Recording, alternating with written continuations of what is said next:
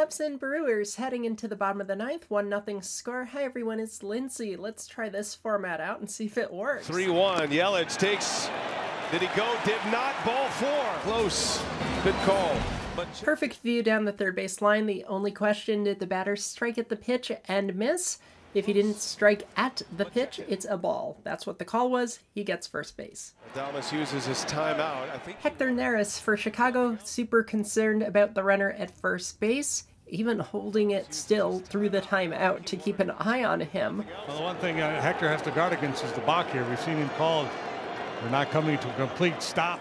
And sure enough, after a pickoff attempt, Run on, he almost like that. So that was a balk call. Yeah. Counsel goes to third base umpire Tripp Gibson, who called it for an explainer, but the broadcasters don't seem that surprised. A little rocking motion, and it doesn't quite come completely set. There are 13 types of balks under Rule 602A, the 13th of which is failing to come to a stop while in set position with runners. Neris doesn't stop, and that's where the balk is called. What does that mean? Ordinarily in set position, a pitcher takes their signs with their hands apart. The glove hand, this is a glove, and the free hand are apart, usually like this. Then the second phase is to come set, or go from stretch to set. You bring them together. The rules require with runners that you pause a beat or stop. You have to come to a discernible stop. There's no time limit or anything on it. With both hands together like this in front of your body, stop your entire body, and then the third phase, separate and throw. Neris failed to stop.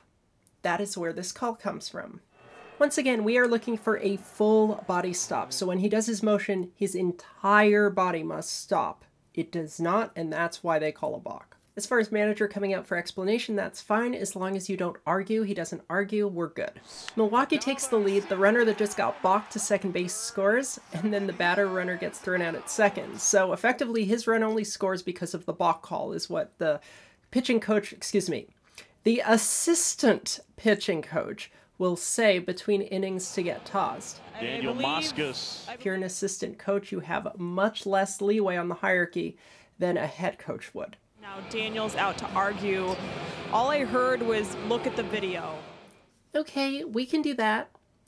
That's a balk. Also some confusion from Chicago. I believe it was Tommy Hotovy who got tossed, and now Daniel's out to argue. That's kind of weird. Here's Hotovy making a mound visit. Notice he doesn't have facial hair.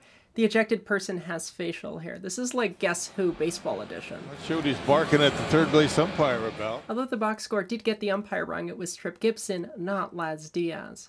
1 for 2. That ain't half bad. See you on the next one.